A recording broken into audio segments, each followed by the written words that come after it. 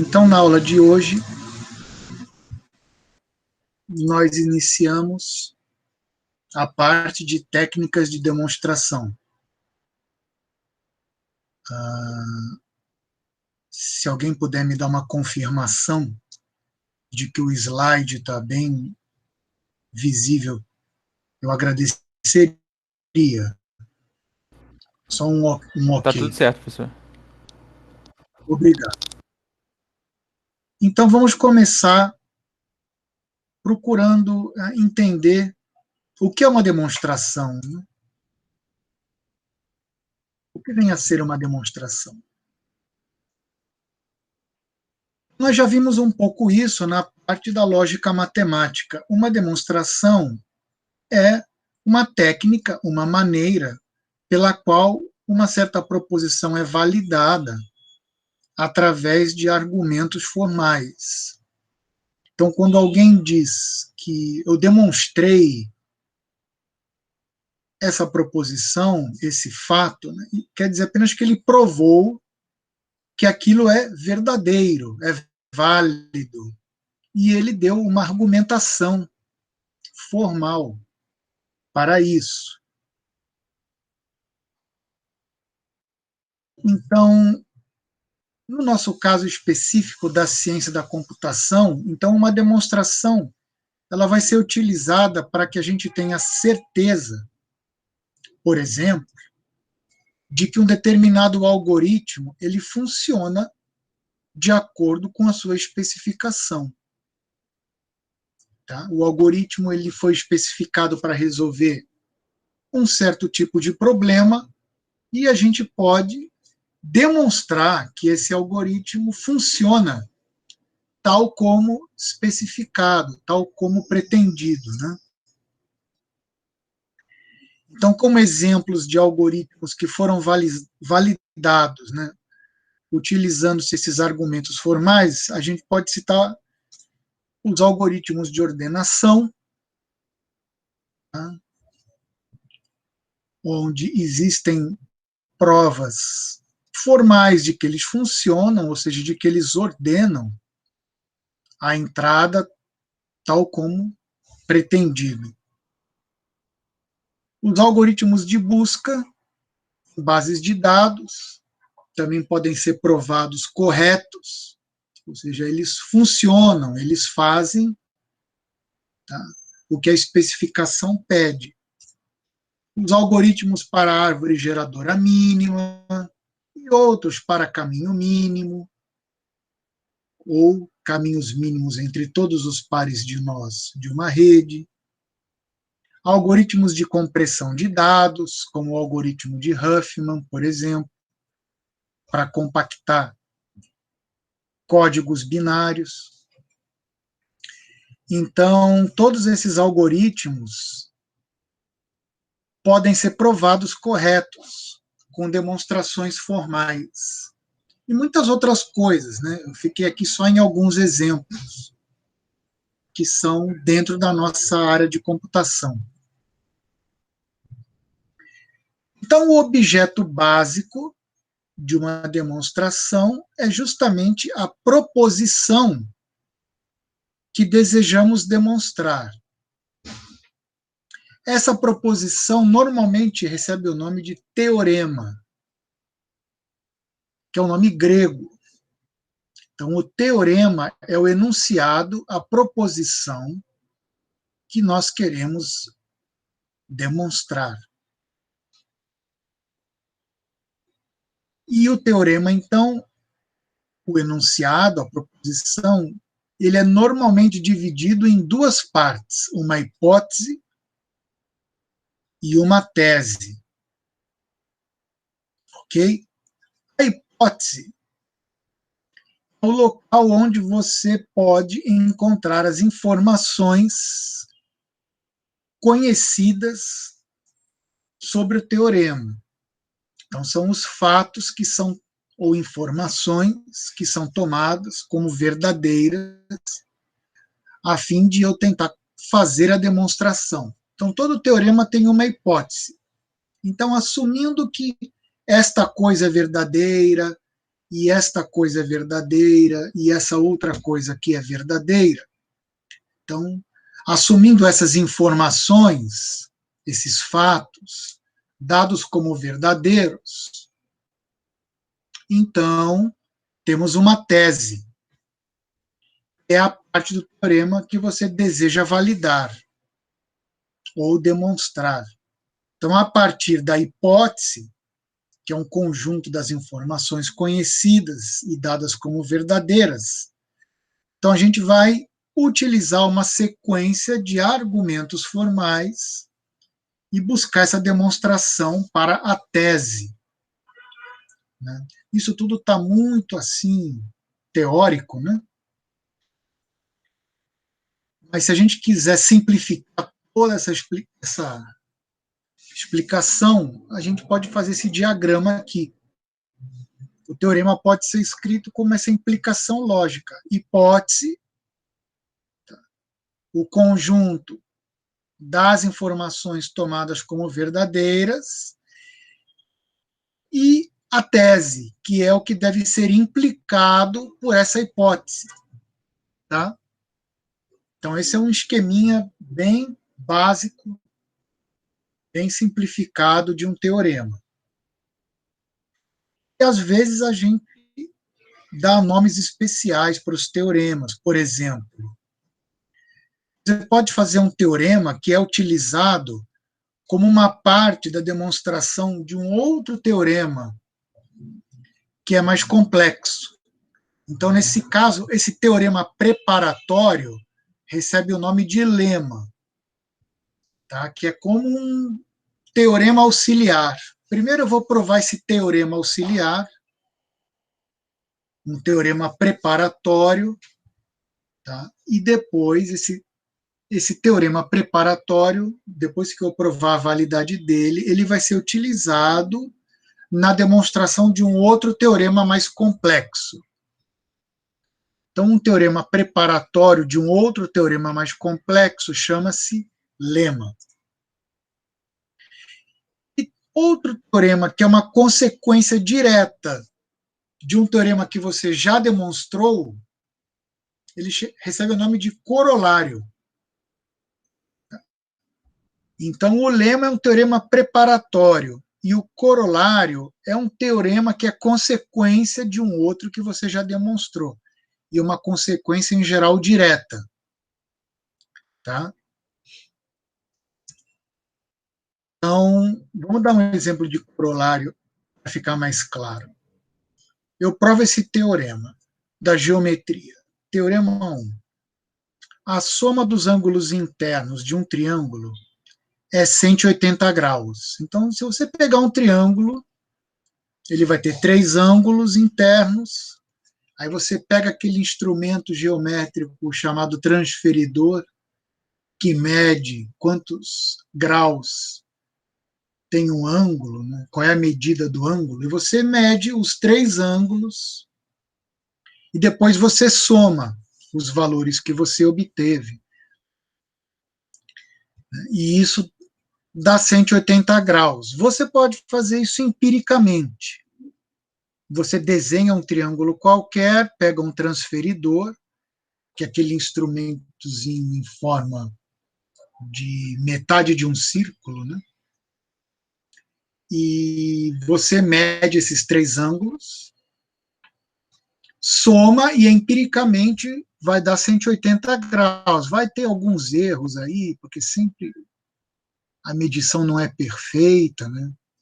Mas a grosso modo vai dar 180 graus.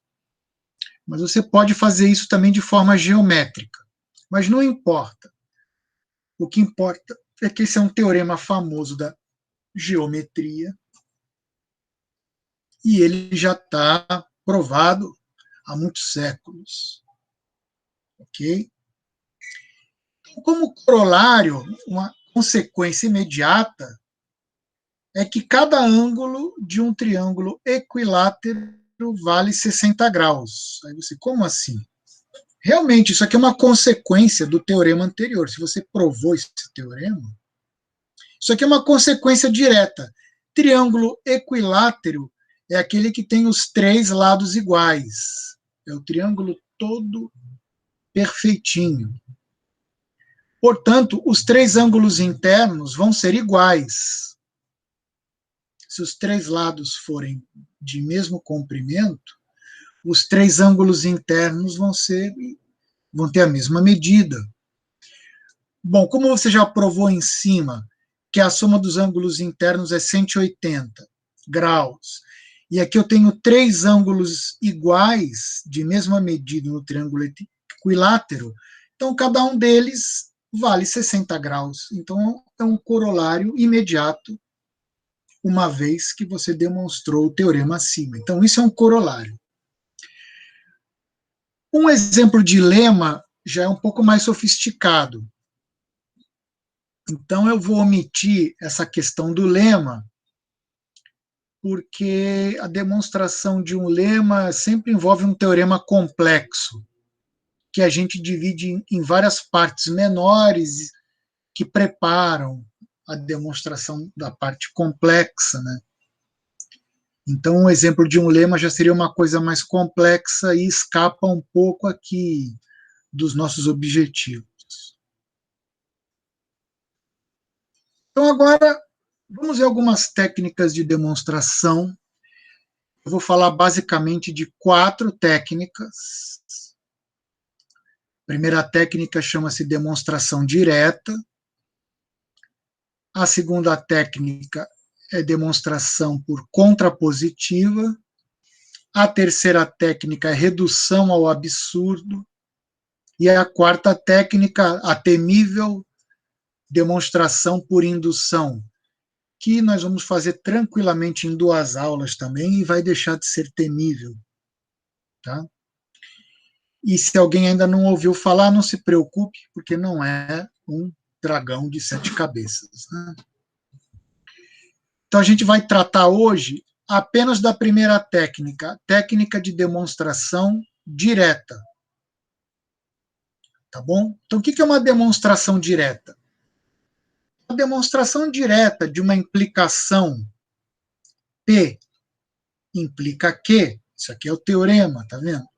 Eu tenho a hipótese e a tese. A demonstração direta desse tipo de teorema é uma sequência de passos lógicos ou de implicações da seguinte forma: partindo de P dessa hipótese, eu chego a P1. E P1, trabalhando um pouquinho, implica em P2. P2, por sua vez, implica em P3 e assim por diante, até que a penúltima, que eu não escrevi aqui, implica em PN, que é a última, que é Q, a tese aonde eu quero chegar. Então, isso aqui é uma demonstração direta. Eu parto diretamente das hipóteses e vou, né, obtendo novos fatos, logicamente encadeados, até eu atingir a minha tese. Aí você pode pensar, bom, mas essa não seria a única técnica de demonstração, né? Existem outras técnicas? Existem sim. Tá? Aparentemente, isso aqui parece ser o óbvio, né? Que toda demonstração deveria ser assim. Uma coisa implica na outra, que implica na seguinte, que implica na seguinte, até eu chegar na tese. Mas existem aí outras técnicas que quebram um pouco esse ritmo, né? Introduzem hipóteses parciais ou usam outras estratégias e a gente vai ver depois. Como nós vimos, por transitividade, todas essas implicações elas desembocam, né, na implicação desejada. Então, cada passo dessa demonstração ou é um axioma, ou seja, uma daquelas informações tomadas como verdadeiras. Vocês estão vendo que aqui sobram palavras de origem grega, né, pessoal? Axioma, hipótese, né? Tese, corolário, teorema, né? Então, aqui estão sobrando, se bem que corolário já é uma palavra latina, né? Que vem de coroa, que, no fato, quando um teorema, um resultado é coroação de outro, né? Que é uma consequência. Mas toda essa estrutura de demonstrações já vem de longa data, né? Dos matemáticos e filósofos da Grécia antiga. Então, cada passo dessa demonstração ou é um fato conhecido ou um teorema que eu provei anteriormente que implica no próximo. A gente pode pegar um passo intermediário aqui como um mini teorema. Aqui, a hipótese P1 implica na tese P2. A hipótese P2 implica na tese P3. Então, como se fossem mini teoremas que são provados previamente, mas estão encadeados. Eles vão em sequência para desembocar na tese. Alguma dúvida? É assim, sem uns exemplos, fica tudo muito genérico, mas a gente vai chegar nos exemplos. Ok. Olha aqui um primeiro teorema para a gente demonstrar. Prove que o somatório de 2i menos 1 para ir variando de 1 até k é igual a k ao quadrado.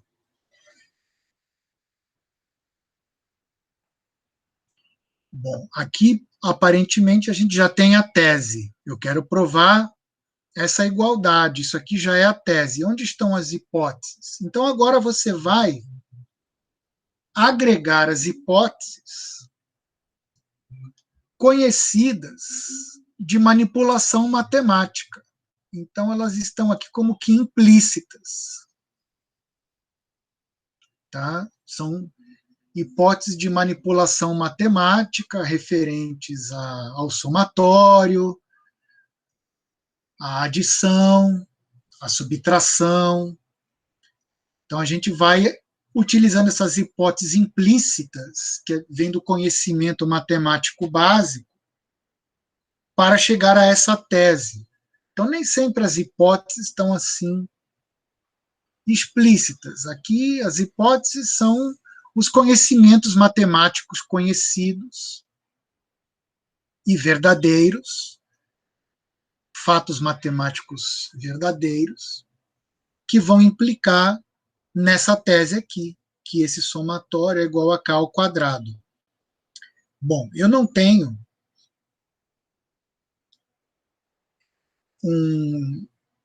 um bom quadro para poder fazer essa demonstração escrevendo passo a passo. Então, o que eu fiz? Eu escrevi essa demonstração separadamente aqui nesse exemplo 1, que eu espero que todos consigam ver. Tá? Então, o exemplo 1 é exatamente isso. O somatório de 2i menos 1 para ir variando de 1 até k vai dar k ao quadrado. Então, o i aqui, ele funciona como se fosse uma variável. Então, você entende isso como um comando for de uma linguagem de programação. For i igual a 1 do k, não é? Eu vou acumular numa variável a soma de 2i menos 1. Então, quando i vale 1, isso aqui vale 2 vezes 1 menos 1, dá 1. Estou somando a parcela 1.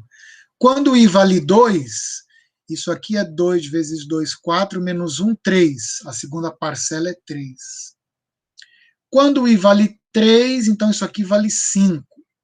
Então, essa soma é 1 mais 2, mais 3, mais 5, mais 7, etc., até chegar em K. A última parcela é 2K menos 1. Então, se K for igual a 5, por exemplo, isso aqui vai até 9. É 1 mais 3, mais 5, mais 7, mais 9. Se o K for 100, isso aqui vai até 2 vezes 100, 200, menos 1, 199. Então, isso aí é a soma dos K primeiros naturais ímpares. Tudo bem? Começa no 1. 1 mais 3, mais 5. Vou somando todos os ímpares até o késimo número ímpar. Ok? E se eu somar tudo, isso vai dar K ao quadrado, a quantidade de números ímpares que eu estou somando elevado ao quadrado. Então, como que eu vou fazer isso? Então, vamos usar algumas hipóteses matemáticas. Isso aqui é o que eu parto, então, desse lado aqui. Tá? O que é isso aqui? Então, vamos adicionar um fato matemático. Eu estou somando, todas as parcelas são de 2i menos 1. Como eu vou ter k parcelas, né, percebe que em todas as parcelas eu tenho essa subtração menos 1, menos 1, menos 1. Então, isso aqui é uma constante. Né? Então, eu posso quebrar esse somatório em dois. Eu posso fazer o somatório de 2 vezes i para i de 1 até k, e depois eu desconto o somatório de 1 para i de 1 até k. Então, aqui eu vou somar 1 mais 1 mais 1 mais 1 k vezes. Correto? Então, eu desmembrei, tá, essas parcelas em dois somatórios. Eu vou somar todas as primeiras partes primeiro, o 2i, e depois eu vou subtrair a soma de todas as segundas partes aqui. Então, está todo mundo de acordo que isso pode ser feito. Isso aí é um fato matemático conhecido. E aí nós continuamos com a nossa matemática conhecida. Essa parte aqui eu não vou mexer por enquanto. Mas aqui, se eu somar o número 1 k vezes, isso vai me dar k. Correto? Então, já troquei isso aqui por k. Então, agora eu vou me concentrar nisso aqui. Pessoal, observa que todas as parcelas estão multiplicadas por 2. É 2 vezes i. 2 vezes 1, mais 2 vezes 2, mais 2 vezes 3, porque o i está variando. Então, esse 2 ele pode ser colocado em evidência dessa maneira aqui. Eu tiro o 2 do somatório e coloco ele aqui na frente, porque ele multiplica todas essas parcelas. Então, aqui dentro ficou apenas um somatório, 1 mais 2, mais 3, mais 4, etc., até chegar a K. Tá bom? Então, vocês estão vendo que eu estou indo diretamente, eu estou partindo de um fato matemático que implica em outro fato matemático, que implica em outro fato matemático, e vamos em frente. Agora, olha aqui para dentro desse parênteses. Isso aqui é o quê? É a soma dos k primeiros números naturais. Isso faz a gente sempre lembrar a história do matemático Gauss, se eu não me engano. É um matemático que dá nome Muitas coisas importantes aí na matemática, né? E ainda menino, a professora pediu na sala de aula, eu acho que foi Gauss que fez isso, sim, que os alunos somassem de 1 a 100. Né? E poucos segundos depois, né, Gauss deu a resposta, 5.050, enquanto os outros alunos todos estavam somando. Né? Aí a professora perguntou, mas como que você somou tão rápido os números de 1 até 100? Isso aqui tem tudo a ver com o que a gente está falando aqui, que se eu trocar K por 100, é a soma, né, dos K primeiros números. Se eu trocar K por 100, é só um caso particular. E aí o Gauss explicou para a professora isso aqui. Bom, esse somatório, na verdade, é isso aqui, né, pessoal? É 1 mais 2, etc., mais K. Aí supõe que o K é igual a 100. Aí ele explicou, né? Olha, 1 mais 100 dá 101. 2 mais 99 dá 101. 3 mais 98 dá 101. Então eu posso agregar aos pares e essas somas vão dando 101. Quantos pares de números eu tenho de 1 até 100? Quantos pares desses eu tenho? 50. Então eu tenho 50 pares cuja soma dá 101. Então é isso que é exatamente a fórmula dessa PA. Eu pego o primeiro número, que é o 1, somo com o último, que no caso aqui é o K, mas poderia ser o 100, dá 101. Né? E quantos pares eu tenho? 100 dividido por 2, eu tenho 50 pares. Tá? Então, essa soma aqui é a PA, que você conhece a fórmula, é o primeiro número, A1 mais AN, o primeiro mais o último, né? Multiplicado, a soma do primeiro mais o último, multiplicado pela quantidade de números, dividido por 2. Então, isso aqui é exatamente isso aqui, usando a fórmula da PA, ou, se vocês quiserem entender melhor, é a fórmula do Gauss, a soma dos números de 1 até 100 é 101 vezes 50, tá certo? Bom, mas aí então eu troquei o que está dentro do parênteses por isso aqui, e aí então esse 2 cancelou com esse 2, e eu fiz aqui a distributiva da multiplicação em relação à adição, isso aqui vai dar K mais K ao quadrado, esse K vai cancelar com esse K, e eu vou ficar, então, finalmente cheguei na minha tese, que é aquele somatório dá realmente K ao quadrado.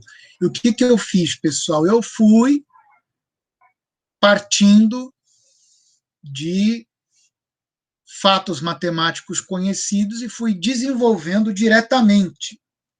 Então, isso implica nisso, que implica nisso, que implica nisso, até eu obter o que eu quero aqui embaixo. Se você quisesse escrever isso em formato de implicações, você escreveria que isso é igual a isso. Portanto, isso implica que isso é igual a isso. Todos esses lados esquerdos aqui, você pode copiar essa expressão que está aqui em cima. Então, a primeira linha implica a segunda, que implica a terceira, que implica a quarta, que implica a quinta, que implica a sexta, que implica a tese, somatório de I de 1 até K, de 2i menos 1 é igual a K ao quadrado. Se você copiar esse lado esquerdo para todas as linhas abaixo, então a linha de cima implica a linha de baixo, que implica a linha de baixo. Mas aqui eu escrevi diretamente. isso é igual a isso, que é igual a isso, que é igual a isso, para facilitar a escrita da nossa demonstração. Alguma dúvida sobre essas contas e sobre qual é o espírito da coisa aqui? Tudo tranquilo, pessoal? Então tá ótimo. Eu vou colocar na plataforma, claro, esse arquivinho com essa demonstração que ele vai anexo aos slides. Tudo bem? Então vamos continuar aqui onde nós paramos. Então, utilizando as propriedades de somatório e outras coisas, né, como a soma dos k primeiros números naturais, eu cheguei a essa conclusão aí. A soma dos k primeiros ímpares é igual a k ao quadrado.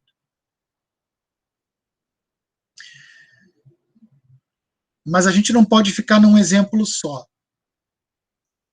Vou dar um segundo e último exemplo de demonstração direta.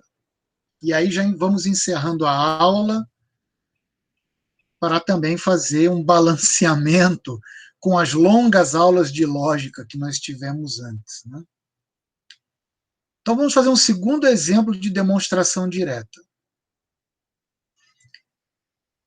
Prove que o maior número natural, né, que divide tanto n como n mais 1 é o número 1. O que quer dizer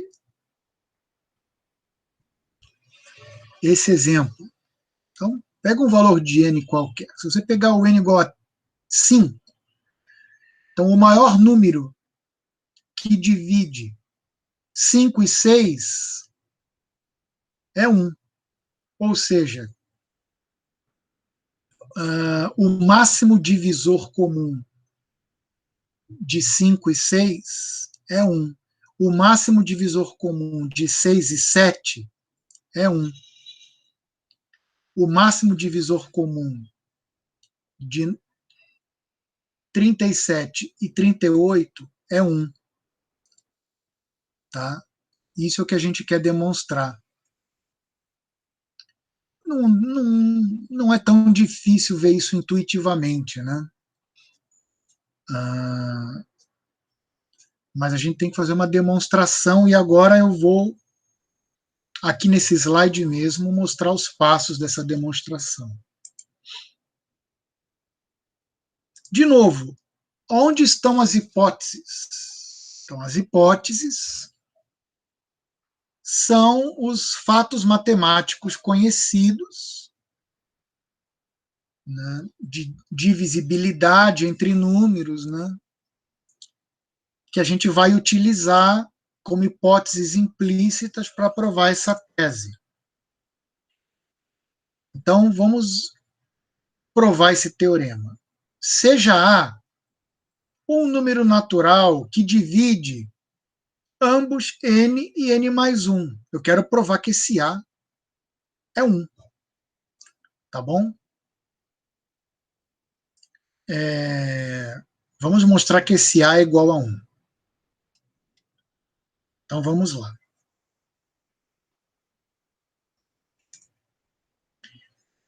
Vamos reescrever essa frase. Se A divide n e n mais 1, todo mundo vai concordar que n mais 1 e n são ambos múltiplos de A.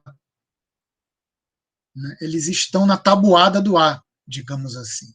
Se A divide ambos, então tanto n mais 1 quanto n são múltiplos de A, estão na tabuada do A, por assim dizer. Então eu posso escrever o seguinte, que A vezes alguma coisa dá n mais 1, porque o n mais 1 é múltiplo de A. E A vezes alguma outra coisa, que não é a mesma, dá n, porque n é múltiplo de A. Então, existe um P tal que A vezes P é N mais 1, porque N mais 1 é múltiplo de A. E existe um Q, tal que A vezes Q é N, porque N é múltiplo de A. Então, eu estou usando conhecimentos de matemática, dividir um número, se A divide B, então B é múltiplo de A. O que quer dizer que B é múltiplo de A? Que existe um outro número que multiplicando o A vai dar B e assim por diante. São fatos simples da matemática. Agora eu tenho aí duas igualdades, duas equaçõezinhas aí, né? Que tal a gente subtraí-las? Eu vou pegar a primeira e vou subtrair da segunda. Isso eu posso fazer. Então, eu posso fazer isso menos isso é igual a isso menos isso. A subtração dos lados esquerdos é igual à subtração dos lados direitos, tá? Então, a subtração do lado esquerdo é A vezes P menos A vezes Q. E A vezes P menos A vezes Q, eu coloco A em evidência. Então, fica A vezes P menos Q. Isso aqui é pegar o lado direito aqui e subtrair esse lado direito aqui. E a mesma coisa do outro lado. Eu vou pegar, desculpe, onde eu falei direito, leia-se esquerdo, né? Eu vou pegar, desculpe se eu inverti aí ao longo do raciocínio, vamos novamente. Eu vou pegar esse lado esquerdo e vou subtrair desse lado esquerdo, vai dar isso. E vou pegar esse lado direito e subtrair desse lado direito e vai dar isso. Tá? Eu estou usando aqui um fato matemático, né? Se A é igual a B e C é igual a D, então A menos C é igual a B menos D. Eu subtraio as equações. Ou as igualdades. Ok? Agora vamos desenvolver. Subtraindo aqui, N mais 1 menos N dá 1. Então, A vezes alguma coisa é igual a 1.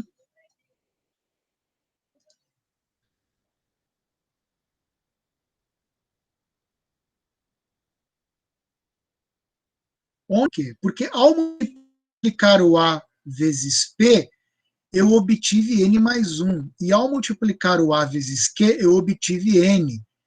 Então o P tem que ser maior do que o Q. Certo? Então aqui o P é maior do que o Q. Então esse P menos Q, eu vou chamar de K. O que isso quer dizer? Que existe um certo K que é positivo, porque o P é maior do que o Q, de acordo? Tal que A vezes K é igual a 1. Eu cheguei a isso aqui. Que o A vezes K é igual a 1, onde o A é um natural, tá? E o K é um natural, porque P é natural e Q é natural, então P menos Q também é natural. Então eu tenho aqui um número natural vezes um outro número natural igual a 1. Então, a única forma de fazer essa equação funcionar, qual que é, pessoal? Se dois números naturais multiplicados dão 1, não tem outro jeito, né? O A é igual a 1 e o K é igual a 1. Não tem outra forma de fazer. Tá? Isso quer dizer que P menos Q é igual a 1. Tá? Aí, se você trocar nessas equações, como A é igual a 1, o P igual a N mais 1. E como A é igual a 1, o Q é igual a N. E o P menos Q dá exatamente 1, que é o valor de K. A gente conclui que o P é o N mais 1, o Q é o N e o A é o 1. Não tem outra maneira de resolver esse problema. Então, quando eu escrevo A vezes P igual a N mais 1, eu concluí que o A é 1 e o P é N mais 1. E aqui eu concluí que o A é 1 e o Q é N. Então, realmente, o maior natural que divide ambos, N e N mais 1, é o 1. Na verdade, não é só o maior natural, né? Como aqui pela demonstração, a gente conclui que é o natural. A gente concluiu que A é igual a 1, para isso funcionar. Então, agora vamos ver por que isso é uma demonstração direta. Eu fui partindo de fatos. Então, se A é um natural que divide ambos, N e N mais 1, esse fato aqui implica que N mais 1 e N são ambos múltiplos de A. Agora, se N mais 1 e N são ambos múltiplos de A, isto implica, desculpem, que nós podemos escrever isso aqui. Agora, se nós podemos escrever isso aqui, isso implica que podemos subtrair as equações. E se a gente pode subtrair as equações, isso implica que eu chego nessa equação. Mas isso implica que tem um certo K maior que 0, tal que A vezes K é igual a 1. Mas então, como A é natural e K é natural, isso vai implicar que A igual a 1 e K igual a 1. E isso vai implicar nisso, e isso vai implicar que o maior natural que divide ambos N e N mais 1 é 1. Então, aqui eu tenho um P1 que implica P2, que implica P3, que implica P4, etc., que implica um PN, que é o quê? Que é a tese que eu queria demonstrar. Eu sei que está bem matemática essa demonstração, esse exemplo é bem matemático, e o primeiro também, mas é uma forma de pegar coisas concretas e simples para a gente iniciar esse estudo. Isso realmente foi um raio e um trovão, não sei se deu para ouvir aí na aula. Então, antes que a luz acabe, a internet acabe, né, a aula vai continuar, eu vou continuar com esses mesmos slides na aula que vem. Aqui a gente vai ter demonstração por contrapositiva, por contradição. Então, todos esses slides vão me servir para as próximas 3 ou 4 aulas. E a gente vai fazer também muitos exercícios que estão aqui no final do slide, que eu vou deixar para vocês com o gabarito pronto. A gente vai discutir muitos deles, tá? Então, vamos fazer a coisa de uma maneira bem simples e acessível. Bom, pessoal, então, vamos encerrando a aula por aqui.